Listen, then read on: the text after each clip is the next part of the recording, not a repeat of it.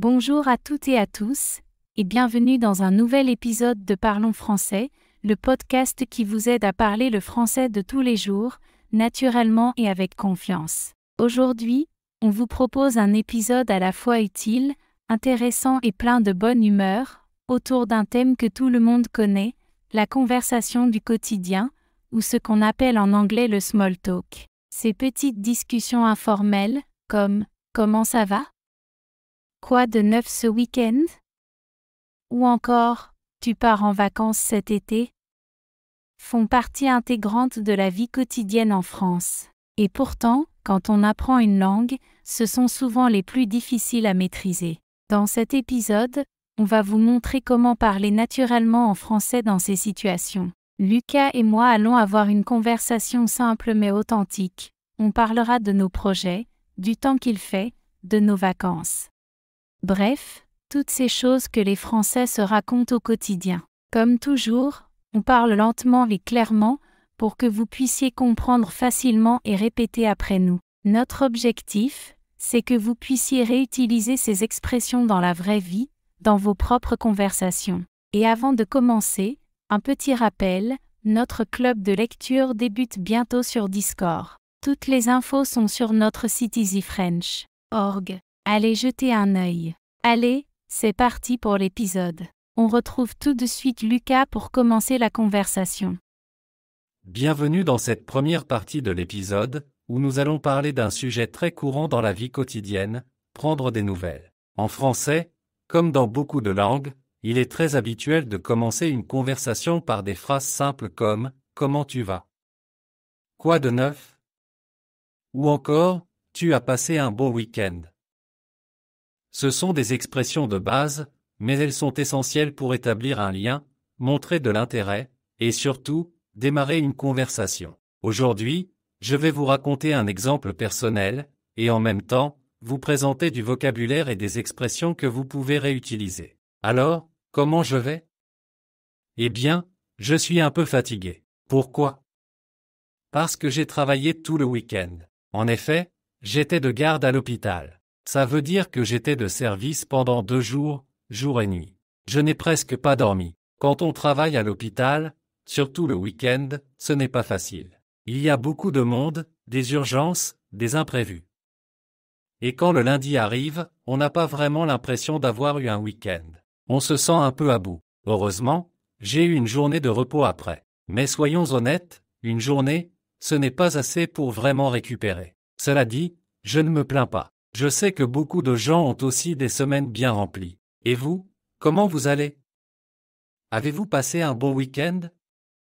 Il y a quelques jours, une amie m'a raconté son propre week-end, et c'était très différent du mien. Elle est partie à Bordeaux, dans le sud-ouest de la France, pour voir sa famille. Elle a retrouvé ses parents et sa sœur, et ils ont passé du temps ensemble. Il faisait beau, alors ils sont allés se promener au bord de la mer. Elle m'a dit que ça lui avait fait beaucoup de bien. Elle n'a pas osé se baigner, il faisait encore un peu froid, mais rien que le fait d'être sur la plage, de sentir l'air marin et de marcher les pieds dans le sable, c'était très agréable. C'est intéressant de voir à quel point 2 week-ends peuvent être différents. L'un passé à l'hôpital, stressant et fatigant. L'autre, reposant et familial, au bord de la mer. Et pourtant, quand on se retrouve, on peut partager ses expériences, apprendre à écouter, et échanger simplement. Quand vous discutez avec quelqu'un en français, n'hésitez pas à poser des questions sur leur semaine, leur week-end, leur famille. Par exemple, qu'est-ce que tu as fait ce week-end ? Tu es resté chez toi ou tu es sorti ? Tu as vu des amis ? Tu es parti quelque part ? Et si vous répondez, n'oubliez pas de rester simple. Par exemple, j'ai vu mes parents, je suis allé au cinéma, j'ai dormi tout le dimanche, ou encore, j'ai fait la lessive et le ménage. Même les choses simples sont de bons sujets de conversation. Ce qui compte, ce n'est pas d'impressionner avec un vocabulaire compliqué. Ce qui compte, c'est d'établir une connexion, d'avoir un moment humain et authentique. Et surtout, de pratiquer régulièrement. Alors, à votre tour, prenez quelques minutes pour réfléchir à ce que vous avez fait récemment, et essayez de le dire en français. Si vous avez un partenaire de langue, échangez vos réponses. Sinon, parlez à voix haute ou écrivez-les dans un carnet. Dans la prochaine partie, Émilie va nous parler d'un autre sujet parfait pour faire du small talk, la météo. Un grand classique en France. À tout de suite. Bonjour à tous, ici Émilie. Dans cette deuxième partie, on va parler d'un sujet incontournable dans les conversations du quotidien, la météo. Oui, en français aussi, on adore parler du temps qu'il fait. Mais ce n'est pas seulement un sujet banal, c'est souvent une porte d'entrée pour créer du lien avec quelqu'un, amorcer une discussion ou même exprimer son humeur. Alors, comment parler du temps en français? On commence souvent très simplement, avec des phrases comme « Il fait beau aujourd'hui, non? Quel temps magnifique ce matin! Tu as vu la météo pour ce week-end? » Ces phrases, on les entend partout, dans la rue, au travail, à la boulangerie, même dans l'ascenseur. Ce sont des phrases faciles à retenir, mais elles peuvent mener à des conversations plus personnelles. Par exemple, moi, j'ai remarqué que dès qu'il y a un peu de soleil, j'ai plus d'énergie. Je me sens plus motivé, plus dynamique. Et vous, ça vous fait le même effet? C'est quelque chose qu'on partage souvent entre amis, depuis qu'il fait beau, j'ai l'impression de revivre. En revanche, quand il pleut plusieurs jours de suite, on entend souvent des phrases comme « J'en ai marre de ce temps gris. Il pleut encore, c'est déprimant. Je n'ai pas envie de sortir aujourd'hui. » Ce sont des expressions très utiles pour exprimer son ressenti émotionnel lié à la météo. Parce que oui, en français, parler du temps, c'est aussi parler de comment on se sent. C'est ce qui rend ces petites phrases vraiment vivantes. Et puis, il y a aussi l'aspect pratique. On peut parler de ses plans en fonction de la météo. Par exemple, s'il fait beau ce week-end, je vais aller me promener. S'il pleut, je resterai à la maison. C'est un bon moyen d'utiliser le futur simple ou le conditionnel, en plus du vocabulaire météo. Alors, voici quelques expressions utiles à retenir. Il fait chaud, au froid, au frais, au beau, au mauvais, au gris. Il y a du soleil, du vent ou des nuages ou de la pluie. Le ciel est couvert. Il va pleuvoir demain. Il a neigé toute la nuit. Et si vous voulez aller un peu plus loin dans la conversation, vous pouvez aussi demander « Tu préfères quelle saison ? Est-ce que le temps influence ton humeur? Qu'est-ce que tu fais quand il pleut tout le week-end? » Ce genre de questions permet d'approfondir l'échange, de rendre la conversation plus personnelle, plus riche. Et bien sûr, quand on vit en France, on parle aussi beaucoup de la météo pour se plaindre un peu, c'est presque une tradition. On dit en souriant, il n'y a plus de saison. Un jour il fait 30 degrés, le lendemain 10. C'est le climat, ma pauvre dame. Et voilà, en quelques phrases simples, on peut parler du temps et de son humeur en français, et créer une vraie connexion avec quelqu'un. Avant de passer à la suite, je vous encourage à pratiquer. Observez le temps qu'il fait chez vous aujourd'hui, et essayez de le décrire en français. Notez ce que vous ressentez, si le temps influence votre humeur, vos envies, votre énergie. Dans la prochaine partie, Lucas vous parlera des projets de week-end, un autre sujet très courant et utile pour converser naturellement en français. À tout de suite. Alors, maintenant que vous savez comment prendre des nouvelles en français et parler un peu de la météo, on va continuer notre conversation avec un sujet incontournable dans les discussions informelles, les projets pour le week-end. C'est un excellent moyen de faire du small talk. On peut parler de ses envies, de ses habitudes, de ses loisirs, et ça permet souvent de trouver des points communs avec les autres. Alors moi, par exemple, ce week-end, j'avais prévu d'aller me promener au bois de Vincennes. C'est un grand parc à l'est de Paris, très agréable pour marcher, courir ou juste se détendre. J'adore y aller quand il fait beau. Il y a des petits sentiers, un lac, même des barques à louer. Mais bon, la météo annonce de la pluie samedi. Donc je vais peut-être changer mes plans. C'est souvent comme ça ici, on a envie de faire plein de choses, et puis la météo décide pour nous. Mais ce n'est pas grave. On peut toujours improviser. Peut-être que je vais aller boire un café avec un ami ou une amie. J'aime bien prendre le temps de discuter, de profiter d'un bon café en terrasse si possible, même sous un parasol s'il pleut un peu. Et puis j'aimerais bien aller au cinéma aussi. Il y a plusieurs films qui me tentent en ce moment. D'ailleurs, en France, aller au cinéma, c'est une activité très populaire, surtout le week-end. Si vous parlez avec quelqu'un, demandez « Tu as vu un bon film récemment ?» ou tu vas souvent au cinéma, peut lancer une discussion intéressante. Et vous, qu'est-ce que vous aimez faire le week-end? Vous êtes plutôt du genre actif, à sortir, à faire du sport, ou vous préférez rester tranquillement à la maison? Moi, pour être honnête, le dimanche, je suis beaucoup plus casanier. J'en profite pour me reposer, faire un peu de ménage, et surtout, faire la lessive. Oui, je sais, ce n'est pas très glamour, mais c'est la réalité. Quand on travaille toute la semaine, le linge s'accumule, et il faut bien s'en occuper un moment. Et puis il y a cette chose sacrée du dimanche matin, la grasse matinée. Vous connaissez cette expression? Faire la grasse matinée, ça veut dire rester au lit plus longtemps que d'habitude. Pas besoin de se lever tôt, pas de réveil, juste le plaisir de traîner un peu. Pour moi, c'est un luxe simple mais précieux. Je me fais parfois un bon petit déjeuner, avec du pain frais, du beurre, de la confiture, et un grand café. Ce sont ces petits rituels du week-end qui font du bien. On déconnecte, on prend du temps pour soi, on recharge les batteries. Et c'est aussi une bonne occasion pour réfléchir à la semaine à venir, organiser son emploi du temps, faire une liste de choses à faire. Ou tout simplement ne rien faire. Parfois, ne rien faire, c'est exactement ce qu'il faut. Et vous? Est-ce que vous avez des habitudes particulières le week-end? Est-ce que vous aimez planifier vos journées ou bien laisser place à l'improvisation? Est-ce que vous sortez souvent? Est-ce que vous cuisinez, lisez, regardez des séries? Dans les conversations informelles, ce genre de sujet revient très souvent. C'est simple, naturel, et ça permet de pratiquer beaucoup de vocabulaire utile, les jours de la semaine, les activités quotidiennes, les loisirs, les verbes du premier groupe comme se promener, se reposer, regarder, préparer, organiser, etc. Alors je vous encourage à essayer. La prochaine fois que vous discutez avec un ami francophone ou même avec un professeur, n'hésitez pas à parler de votre week-end.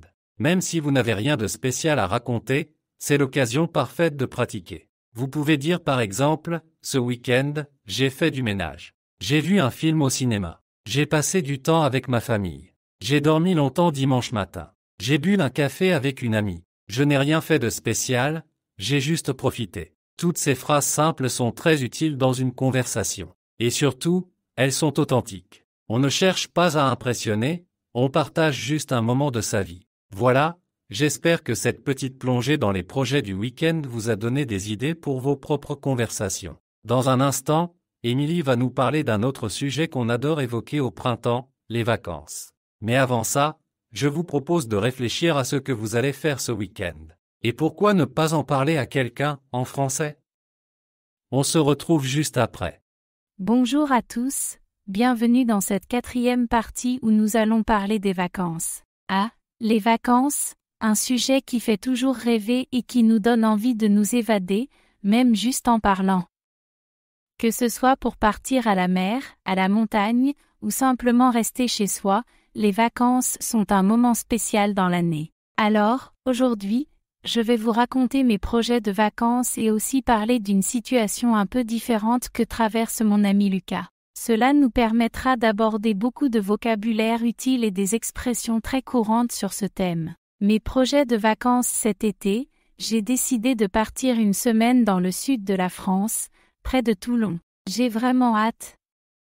Je vais y aller avec toute ma famille, mes parents, mes frères, ma sœur, et aussi mon copain. C'est important pour moi de passer du temps avec eux, surtout après une année chargée. Le sud de la France est réputé pour son soleil, ses plages magnifiques et sa douceur de vivre. Je pense que ce sera l'occasion parfaite pour me détendre, me baigner dans la mer Méditerranée, et profiter de bons repas en terrasse. Vous savez, en vacances, on prend le temps de savourer chaque instant, c'est très différent du rythme de la vie quotidienne. Préparatifs et organisation. Quand on prépare ses vacances, il y a toujours beaucoup de choses à penser. Par exemple, il faut réserver les billets de train ou d'avion, choisir l'hôtel ou la location, préparer les valises, et parfois même faire un peu de recherche sur les activités à faire sur place. Pour ma part, j'aime bien faire une liste pour ne rien oublier. Par exemple, maillot de bain, crème solaire,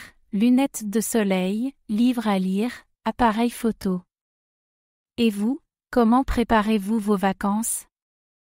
Les vacances de Lucas, une autre réalité mais, pendant que moi je prépare tout ça, Lucas ne pourra pas partir cet été. Vous vous souvenez qu'il travaille à l'hôpital? Eh bien, cette année, à cause des Jeux Olympiques qui auront lieu à Paris, il y a beaucoup plus de travail et il est impossible pour lui de prendre des congés. C'est une situation difficile, surtout quand on a envie de partir, de changer d'air, de se reposer un peu. Lucas m'a dit qu'il essaiera de partir en septembre, quand il y aura moins de monde et que les prix des billets et des hôtels seront moins chers. C'est une bonne idée, non? Partir en septembre, avantages et inconvénients partir. En septembre, c'est souvent très agréable. Les températures sont encore douces, il y a moins de touristes, les plages sont plus calmes, et on peut profiter pleinement de la nature et des activités sans la foule de l'été. Par contre, il faut parfois faire attention à la météo, car il peut y avoir un peu plus de pluie ou des journées moins chaudes. Mais pour beaucoup de gens, c'est le meilleur moment pour voyager, surtout si on veut éviter le stress des grandes vacances. Paris en été, une ambiance particulière. Lucas m'a aussi parlé de ce que c'est de rester à Paris pendant l'été. Pour beaucoup, Paris est une ville magnifique à visiter, mais en plein été, ça peut être compliqué. Il fait souvent très chaud, il y a beaucoup de circulation, et parfois la ville est moins agréable à cause de la foule ou des travaux.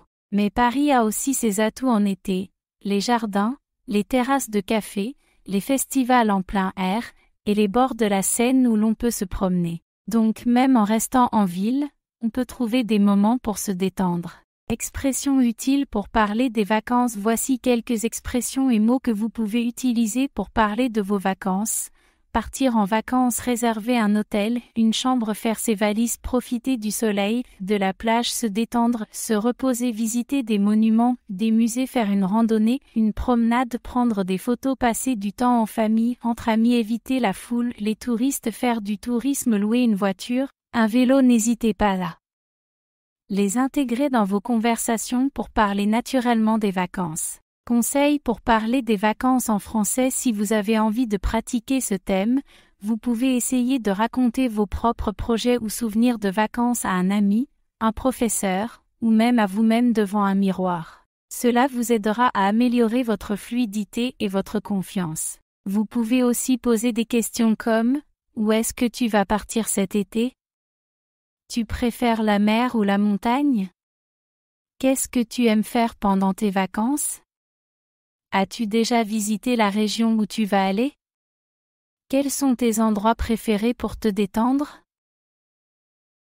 Bonjour à tous et bienvenue dans cette 5e partie de notre épisode consacré à la conversation du quotidien en français. Aujourd'hui, je vais vous parler de cette période que beaucoup attendent avec impatience, le printemps. Le printemps, c'est la saison du renouveau, du retour du soleil et des journées plus longues. C'est aussi un moment parfait pour se sentir mieux, plus énergique, et pourquoi pas, pour discuter avec des amis ou des collègues autour de sujets simples et agréables. Vous savez, après un hiver souvent gris, froid et parfois un peu déprimant, le printemps apporte une vraie bouffée d'air frais. La nature reprend vie, les arbres fleurissent, les oiseaux chantent, et on peut enfin sortir sans porter de manteau trop lourd. C'est un excellent sujet de conversation, simple mais efficace, que vous pouvez utiliser dans vos échanges en français. Par exemple, vous pouvez commencer par dire « Quel beau temps aujourd'hui » ou « Ça fait du bien ce retour du soleil, vous ne trouvez pas ?»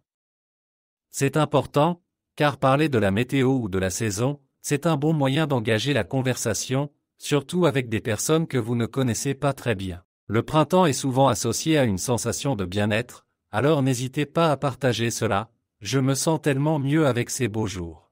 Ou encore, le printemps me donne envie de sortir et de profiter de la nature. Dans nos villes, comme Paris, le printemps est vraiment un moment où l'on voit tout changer. Les parcs et jardins s'animent, les terrasses des cafés se remplissent, et les gens sont plus souriants. Vous pouvez parler de ce genre d'observation dans vos conversations. Par exemple, ce week-end, je suis allé au parc et c'était magnifique avec toutes les fleurs. Ou encore, j'aime bien prendre un café en terrasse quand il fait beau, c'est très agréable. Mais le printemps, c'est aussi le moment où il faut parfois penser à reprendre le travail sérieusement. Après les mois d'hiver, on a souvent envie de rester un peu plus longtemps au lit, ou de profiter du soleil plutôt que de se plonger dans des tâches difficiles. C'est normal, et c'est un bon sujet pour parler de sa routine quotidienne. Vous pouvez dire, avec ce beau temps, j'ai un peu de mal à rester concentré au travail, j'ai envie de profiter du soleil. Ou bien, le printemps me motive à être plus actif, à faire du sport ou à sortir